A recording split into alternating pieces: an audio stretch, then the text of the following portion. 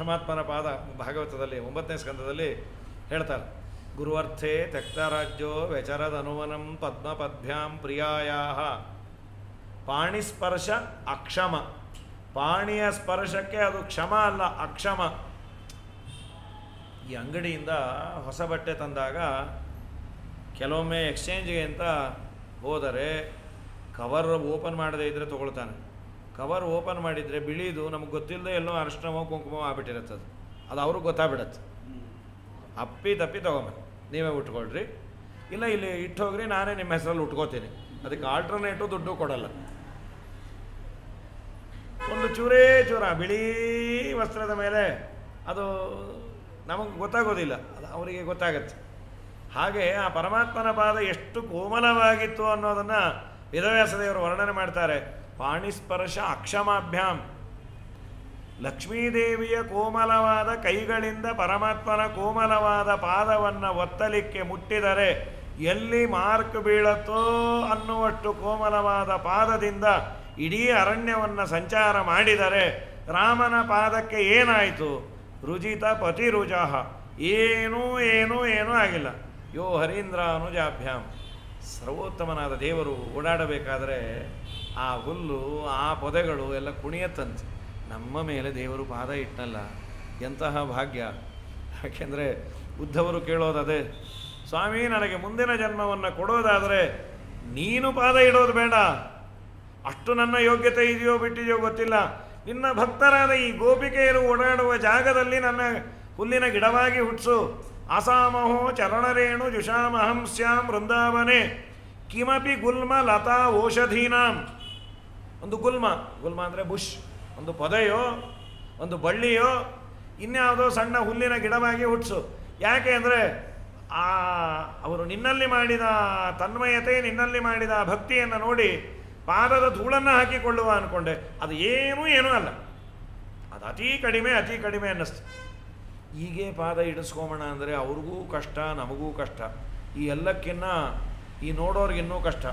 ಯಾರೋ ಅದನ್ನು ತೆಗೆದುಕೊಂಡು ಹೋಗಿ ಮಾನವ ಹಕ್ಕು ಉಲ್ಲಂಘನೆ ಕಾಯ್ದೆ ಅಡಿ ಕಾಲು ಇಡಿಸ್ಕೊಂಡವ್ರನ್ನ ಕಾಲು ಇಟ್ಟವ್ರನ್ನ ಇಬ್ಬರನ್ನೂ ಅರೆಸ್ಟ್ ಮಾಡ್ತೀವಿ.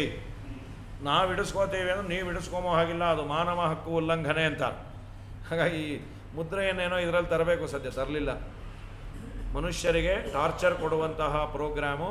ಆದ್ದರಿಂದ ಯಾವುದೋ ಒಂದು ಇದನ್ನು ತರಬೇಕು ಅಂತ ಯಾರಲ್ಲ, ಮೂಢನಂಬಿಕೆಯ ಕಾಯ್ದೆ ಅಡಿ ತಪ್ತಮುದ್ರಾಧಾರಣೆಯನ್ನು ನಿಲ್ಲಿಸಬೇಕು ಅಂತ. ಪುಣ್ಯಕ್ಕೆ ಯಾರೋ ತೆಗೀರಿ ಅಂದ್ರಂತ, ಅವರೇ ಬ್ರಾಹ್ಮಣ ಸುರೇಶ್ ಕುಮಾರೇ ಅಂದ್ರಂತ, ತೆಗೀರಿ ಅಂತ. ಪಾಪ ಅದನ್ನು ನೆನೆಸ್ಕೋಬೇಕು. ರಾಜಾಜಿನಗರದ ವಾರ್ಡಿನ ಅವರು ಸುರೇಶ್ ಕುಮಾರು ಬ್ರಾಹ್ಮಣರಿಗೆ ಅವರದೇ ಆದ ಸಂಪ್ರದಾಯ ಅದು ಇದೆ, ಸಂತೋಷದಿಂದ ಹಾಕಿಸ್ಕೊಳ್ತಾರೆ. ಇನ್ನೂ ಕೆಂಡ ತುಳಿಯೋದು ಮಾಡೋದು ಎಲ್ಲ ಬೇಕಾದಷ್ಟೆಲ್ಲ ಇದೆ. ಅದು ತುಂಬ ಜನ ತುಳಿತಾರೆ ಅಂತ ನೀವು ಅದರ ಬಗ್ಗೆ ಸುದ್ದಿಗೆ ಹೋಗಿಲ್ಲ. ಈ ತಪ್ತಮುದ್ರಾಧಾರಣೆಯ ಬಗ್ಗೆ ನೀವು ಕೈ ಹಚ್ಚಬೇಡಿ ಅಂಥೇಳಿ ಅದನ್ನು ತೆಗೆಸಿದ್ರು ಅಂತ ಕೇಳಿದ್ವಿ. ನಾ ತಂದುಬಿಟ್ಟಿದ್ರೆ ತಪ್ತಮುದ್ರಾಧಾರಣೆ ಇರ್ತಿರ್ಲಿಲ್ಲ. ಸ್ವಾಮಿಗಳು ಕಾಸಿದ್ರು ನೀರಲ್ಲಿ ಅದ್ದದ್ದಿ ಕೊಡಬೇಕಾಗಿತ್ತು. ಹಾಗಾಗಿ ತಂಪು ಮುದ್ರಾಧಾರಣೆ ಅಂತಾಗಿರೋದು. ಹೀಗಾಗಿ ಪ್ರಕೃತದಲ್ಲಿ ಪರಮಾತ್ಮ ಅಲ್ಲಿ ಓಡಾಡಿದಾಗ ಅವನ ಕಾಲಿಗೆ ಏನಾಗಲಿ, ಏನು ದೇವರ ಅನುಗ್ರಹ ಇದ್ದವರು ಓಡಾಡೋ ಕಾಲಕ್ಕೆ ಮೋಕ್ಷದ ಮಾರ್ಗದ ಬಗ್ಗೆ ಹೇಳ್ತಾರೆ. ಅನಾಸ್ಥಾಯ ನರೋರಾಜನ್ನ ಪ್ರಮಾದೇತ ಕರೆಹಿಚಿತೆ. ಆ ಮೋಕ್ಷದ ಮಾರ್ಗ ಹೇಗಿದೆ ಅಂದರೆ, ನೀನು ಕಣ್ಣು ಮುಚ್ಚಿಕೊಂಡು ಓಡಿದ್ರು ಧಾವನ್ನು ಉನ್ಮಿಲ್ಯವಾನೇತ್ರೆ ನ ಸ್ಖಲೇನ್ನ ಪದೇ ದೇಹ. ಕಣ್ಣು ಮುಚ್ಚಿ ಓಡಿದ್ರು ಬೀಳೋದಿಲ್ಲಂತ. ಯಾಕೆ ಅಂದರೆ ರಸ್ತೆ ಇದ್ದಾಗ ನೀವು ಓಡೋದು ಬೇಕಾಗಿಲ್ಲ, ನೀವು ಓಡ್ತಾ ಇದ್ದಾಗೆ ರಸ್ತೆ ಬರುತ್ತಂತ. ಕ್ರಾಸ್ ಬಂತು ಗೊತ್ತಿಲ್ಲದೆ ಡ್ಯಾಶ್ ಹೊಡೆದ ಇಲ್ಲ, ನೀ ಹೇಗೆ ಓಡ್ತೀಯೋ ಹಾಗೆ, ಮೋರಿ ಇಲ್ಲ ಹಳ್ಳ ಇಲ್ಲ, ಮೆತ್ತಗಿರುತ್ತೆ, ಓಡ್ತಾನೇ ಇರುತ್ತೆ. ಅಂದರೆ ಭಕ್ತಿಯ ಮಾರ್ಗ ಅಷ್ಟು ಸಲೀಸಾದದ್ದು ಅಂತ. ಕೃಷ್ಣನ ಭಕ್ತರ ಪಾದ ಧೂಳನ್ನೇ ಬೇಡಿದಾಗ ಅವರು ಅಷ್ಟು ಭಕ್ತಿಯನ್ನು ಮಾಡಿದ್ರು. ಉದ್ಧವರು ಬಂದಾಗ ನಿನ್ನೆ ಪಾಪ ಯಾರೋ ಹೇಳು ಅಂತ ಅಂದಿದ್ರಲ್ಲ, ಆ ಉದ್ಧವರು ಸಮಾಧಾನ ಮಾಡಲಿಕ್ಕೆ ಅಂತ ಬಂದಾಗ ಅವರ ಅವಸ್ಥೆಯನ್ನು ನೋಡಿ ಎಷ್ಟು ನಿಮಗೆ ಕೃಷ್ಣನಲ್ಲಿ ತನ್ಮಯತೆ. ಕೃಷ್ಣ ಇಲ್ಲದೆ ನಿಮಗೇನು ಇಲ್ಲೇ ಇಲ್ಲ ಪ್ರಪಂಚ ಅಂದರೆ ನಿಜವಾಗಲೂ ಮನುಷ್ಯ ಸಾಧಿಸಬೇಕಾದದ್ದು ಇದು.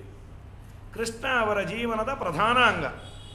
ಕೃಷ್ಣ ಮೈನಸ್ ಜೀವನ ಬೇಡೇ ಬೇಡ. ಊಟ ಬೇಡ, ತಿಂಡಿ ಬೇಡ, ಅಲಂಕಾರ ಬೇಡ, ವಸ್ತ್ರ ಬೇಡ. ಆದರೂ ಬದುಕಿದ್ಯಾಕೆ ಅಂದರೆ ಕೃಷ್ಣ ಬರ್ತೀನಿ ಅಂದಿಯಾನಲ್ಲ, ಒಂದಿನ ಅವನನ್ನು ನೋಡುವ ತವಕದಿಂದ ಬದುಕಿದ್ದಷ್ಟೆ. ನಾಳೆ ಬರುತ್ತೇನೆಂದು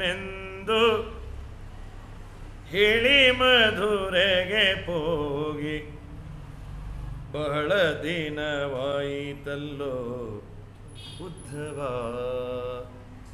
ಕೇಳಿದ್ಯಾನಿ ಬಾವೇಳೆಯಲಿ ಕೃಷ್ಣನಾಲೋಚನೆಯೊಳಿದ್ದೇವೇನೋ ಉದ್ಧವ. ನಾಳೆ ಬರುತ್ತೇನೆಂದು ಹೇಳಿ ಮಧುರೆಗೆ ಹೋಗಿ ಬಹಳ ದಿನವಾಯಿತಲ್ಲೋ ಉದ್ಧವ. ಪಳ್ಳಿವಾಸಿಗಳ್ ನಾವು ಪರಿಪರಿ ಅಲಂಕರಿಸಿ ಒಲಿಸಿ ಕೊಂಬುದನರಿಯವೋ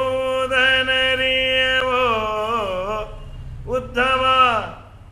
ಗೊಲ್ಲಸತಿಯರು ಸದಾ ಗೋರಕ್ಷಕರು ಮೈಯ ತೊಳೆಯಲರಿಯವೋ ಉದ್ಧವ. ಬಲ್ಲಿದನ ಸಹವಾಸ ಮಾಡ್ಯವನ ಮಹಿಮೆಯನೆಲ್ಲ ತಿಳಿಕೊಂಡೆವೋ ಉದ್ಧವ. ಚಲ್ಲೆ ಕಂಗಳ ಚಪಲೆಯರು ಮಧುರೆ ನಾರಿಯರ ಒಲುಪಿಗೆ ನಾವೆದುರೇನೋ ಉದ್ಧವ. ನಾಳೆ ಬರುತ್ತೇನೆಂದು ಹೇಳಿ ಮಧುರೆಗೆ ಹೋಗಿ ಬಹಳ ದಿನವಾಯಿತಲ್ಲೋ ಉದ್ಧವ. ಚೊಕ್ಕನಾದ ನಿತ್ಯ ತೃಪ್ತನಿಗೆ ಬೆಣ್ಣೆ ಕಳುವ ನಿಕ್ಕಿದೆವಲ್ಲವೋ ಉದ್ಧವ. ಸಿಕ್ಕಿಸಿಕೊಂಡು ರಾಸಕ್ರೀಡೆಯೊಳವಗೆ ಸೊಕ್ಕಿ ನುಕ್ತಿಯ ನುಡಿದೆವೋ ಉದ್ಧವ. ಕಕ್ಕುಲಾತಿಲಿ ಕಾಮಾಸಕ್ತರಿಗಿವ ದಕ್ಕಿದನೆಂದಿದ್ದೆವೋ ಉದ್ಧವ. ವಕ್ರಗತಿಯಾಗಿ ಅಕ್ರೂರ ಬಂದೆಮ್ಮ ಚಕ್ರಧರನಗಲಿಸಿದನೋ ಉದ್ಧವ. ನಾಳೆ ಬರುತ್ತೇನೆಂದು ಹೇಳಿ ಮಧುರೆಗೆ ಹೋಗಿ ಬಹಳ ದಿನವಾಯಿತಲ್ಲೋ ಉದ್ಧವ. ಧೀರ ಸ್ವರಮಣನ್ನ ದೋಷ ದೂರನ್ನ ಅಲ್ಪ ಬಹುಜಾರನಂದರಿತೆವೋ ಉದ್ಧವ. ಆರಾರಮನಕ್ಕಿನ್ನು ತೋರದವನ ನಮ್ಮ ಓರಗೆ ಅವನಂತಿದ್ದೆವೋ ಉದ್ಧವ. ಮುರಾರಿ ಅಜಪರಿವಾರದೊಡೆಯನ್ನ ಪೋರನೆಂದಾಡಿಸಿದೆವೋ ಉದ್ಧವ. ನಾರಿಯರು ನಾವಲ್ಪ ದಾರಿದ್ರ್ಯರೆ ಮಗೆ ಶ್ರೀರಮಣನೆಂತೊದಗುವನೋ ಉದ್ಧವ. ಮತಿ ತಪ್ಪಿದೆವು ನಾವು ಸತಿಯರೆಲ್ಲ ಒಂದಾಗಿ ರಥವ ನಿಲ್ಲಿಸದೆ ಹೋದೆವೋ ಉದ್ಧವ. ಇತರಾರೋ ಯಮಗೆ ಸಾರಥಿ ನಿನ್ನ ಸಹಾಯ ದೊರೆತರೆ ಯತನವ ಮಾಡ್ಪೆವೋ ಉದ್ಧವ. ಪಥವ ತೋರಿಸೋ ಯಮಗೆ ಮುಂದೆಮ್ಮ ಚಲ್ವ ಶ್ರೀಪತಿಯು ಬಂದೊದಗುವಂತೆ ಉದ್ಧವ. ಗತಿಯಾರೋ ಅವನೊರೆತು ಗೋಪಾಲ ವಿಠಲ ಅಚ್ಯುತನ ಮಹಿಮೆ ಕಾಣೆವೋ ಉದ್ಧವ. ನಾಳೆ ಬರುತ್ತೇನೆಂದು ಹೇಳಿ ಮಧುರೆಗೆ ಹೋಗಿ ಬಹಳ ದಿನವಾಯಿತಲ್ಲೋ ಉದ್ಧವ. ಪಾಪ ಆಗ ಉದ್ಧವರಂದದ್ದು, ನೀವು ಓಡಾಡುವ ಜಾಗದಲ್ಲಿ ನನಗೆ ಒಂದು ಸಣ್ಣ ಹುಲ್ಲಿನ ಗಿಡವೋ ಪೊದೆಯೋ ಆಗಿ ದೇವರು ಜನ್ಮ ಕೊಟ್ಟರೆ ಸದಾ ನೀವು ಓಡಾಡ್ತೀರಿ, ನನ್ನ ಜನ್ಮ ಸಾರ್ಥಕ ಆಗುತ್ತೆ, ನಾನು ದೇವರಲ್ಲಿ ಬೇಡ್ತೇನೆ, ನಿಮ್ಮಲ್ಲೇ ದೇವರಿದ್ದಾನೆ ಅಂತ. ದೇವರ ಭಕ್ತರ ಪಾದಧೂಳಿಗೆ ಇಷ್ಟು ಕಿಮ್ಮತ್ತಿದ್ರೆ ಇನ್ನು ಸರ್ವೋತ್ತಮನಾದ ದೇವರು ಓಡಾಡಬೇಕಾದ್ರೆ ಆ ಹುಲ್ಲು ಮಣ್ಣು ಕಲ್ಲು ಎಲ್ಲವೂ ಸ್ಪಂಜಾಗಿ ಕೊಡುತ್ತೆ. ದೇವರು ಬರ್ತಾ ಇದ್ದಾನೆ, ಸರ್ವೋತ್ತಮನಾದ ದೇವರು ಅಂಥೇಳಿ. ಹಾಗಾಗಿ ದೊಡ್ಡವರ ಪಾದಧೂಳಿಗೆ ಆ ತಾಕತ್ತು. ಸತ್ಯಧರ್ಮ ಸ್ವಾಮಿಗಳ ಆ ಪುಣ್ಯಾತ್ಮರು ಒಂದು ತುಂಬ ದೊಡ್ಡ ಆಶ್ಚರ್ಯ ಅಂದರು. ಏನದು? ವಾರಿಣ ವಾರಿ ಶುಷ್ಯತಿ, ನೀರಿನಿಂದ ನೀರು ಇಂಗತ್ತಂತೆ.